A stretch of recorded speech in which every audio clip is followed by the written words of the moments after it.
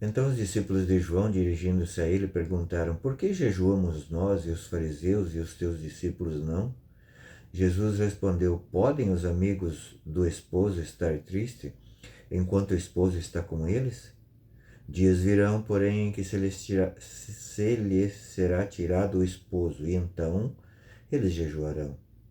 Ninguém põe um remendo de pano novo numa veste velha, porque arrancaria uma parte da veste e o rasgão ficaria pior. Não se coloca tampouco vinho novo em odres velhos, do contrário, os odres se romperiam. O vinho se derrama e os odres se perderiam. Coloca-se, porém, vinho novo em odres novos, e assim tanto um como o outro se conservam. Esse evangelho está no livro de Mateus, capítulo 9, versículos de 14 a 17. É importante notarmos nesse evangelho que os discípulos de João aqui, instigados, né, pelos fariseus, então vão cobrar Jesus. Aquela cena épica de quinta série, né, que um leva o outro a brigar e depois tira o corpo fora. Essa passagem aqui aconteceu na sequência do banquete em que Mateus convidou Jesus e os seus colegas de profissão, né, logo após ter aceitado o convite de Jesus. Então Mateus quis apresentar Jesus para os seus colegas, né? Na intenção, é claro, de que eles também se convertessem como ele se converteu e decidiu segui-lo, né? Então aqui Jesus vai falar de que não se pode fazer gambiarra espiritual. O porquê que ele fala de odres velhos e odres novos? Jesus é compassivo. Jesus aqui vai falar, segundo São Tomás de Aquino, que os seus discípulos não estão preparados ainda para receber o vinho novo. Seus discípulos ainda estão com a veste velha, portanto não se pode colocar um remendo novo. Jesus está se apresentando como o novo, entende?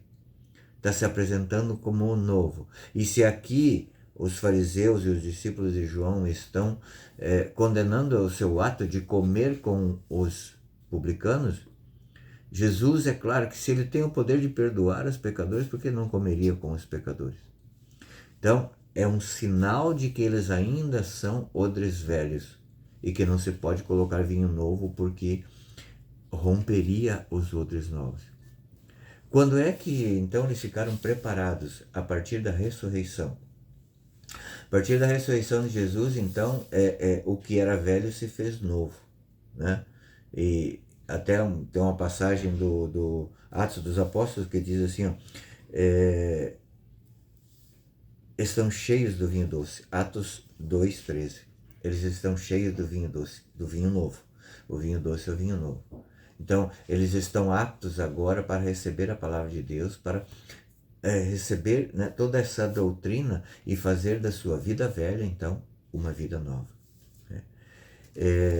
São Tomás de Aquino nos apresenta aqui também um texto parafraseando aqui Rábano Mauro, diz assim: embora todas as comparações tenham um só desejo, um só objeto, são entretanto diferentes, porque o vestido nos cobre por fora, que nos cobre por fora, representa as boas obras que praticamos exteriormente, e o vinho que nos fortifica interiormente significa o fervor da fé e da caridade, pelo qual somos interiormente reparados.